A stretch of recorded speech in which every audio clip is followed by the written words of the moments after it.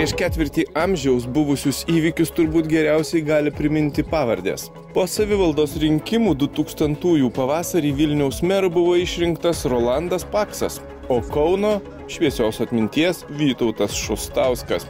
Rudenį olimpiniais čempionais tolimame Sidnėjuje tapo šaulė Daina Gudzinevičiūtė ir disko metikas Virgilijus Alekna, o krepšinio rinktinė iš olimpiados parsivežė bronzą. Deja, paskutinę, kol kas.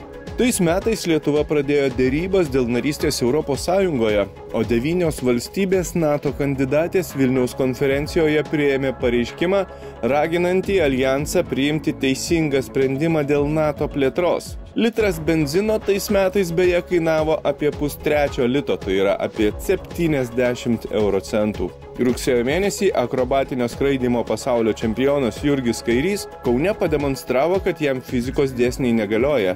Jis atliko skrydį po tiltų aukštyn ratais. Krepšinio pasaulyje tuo tarpu iki tol 6 čempionų vardus iškovojusius Kauno Žalgirio krepšininkus nukarūnavo Vilniaus Lietuvos Rytas. Startas duotas. Automobilis pastraukė iš trasos ir jūs girdite, kaip spurtavo 30 automobilių.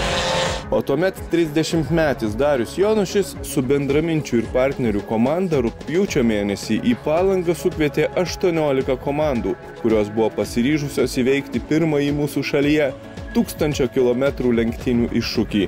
Pirmąjį, nuo kurio buvo pradėta rašyti tikrai spalvinga istorija, besitęsianti iki šios dienos.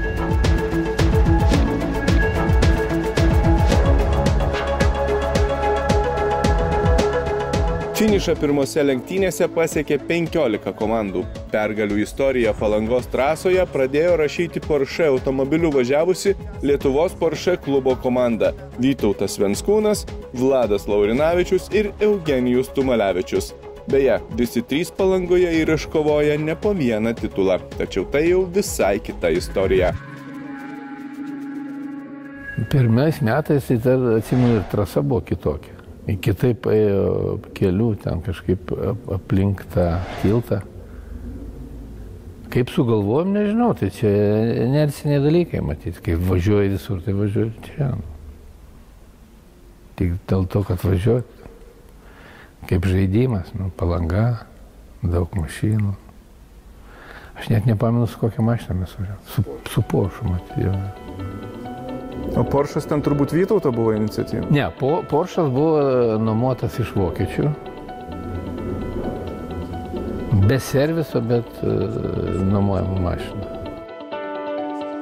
Konkurencija tokiuose lenktynėse tu pats su savim konkuruoji, nes kažką padarei, nulaužiai, ratą nuleidai ir konkurentas nuvažiavo, tu stovi.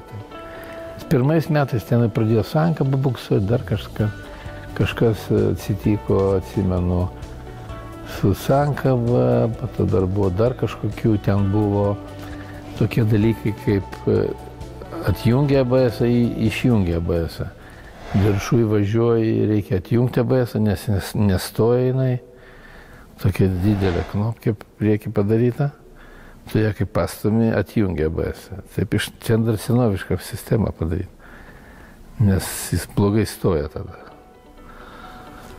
Tai buvo tam tikrų problemų. Šiaip tai vokiečiai ruošia tokias mašinas Nürburgringui. Tai jūs ir atvežėt iš Nürburgringo, iš Valėno? Jos ten adaptuotos tam reikalui. Galingumas, plačios padangos, ko Palangoje visiškai nereikia. Dėmesio, jūs matote šių lenktynių finišą.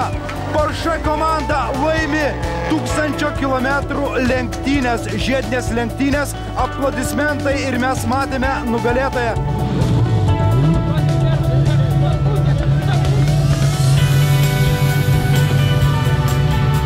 Labas vakaras, sveikiname nugalėtoją. Kaip jaučiatės? Labą vakarą, puikiai. Kokia nuotaika? Nuotaika gera. Džiugu, kad pirmą kartą Lietuvoje įvyko tokių varžybų finišų. Ar laimingi? Ar laimingi? Labai!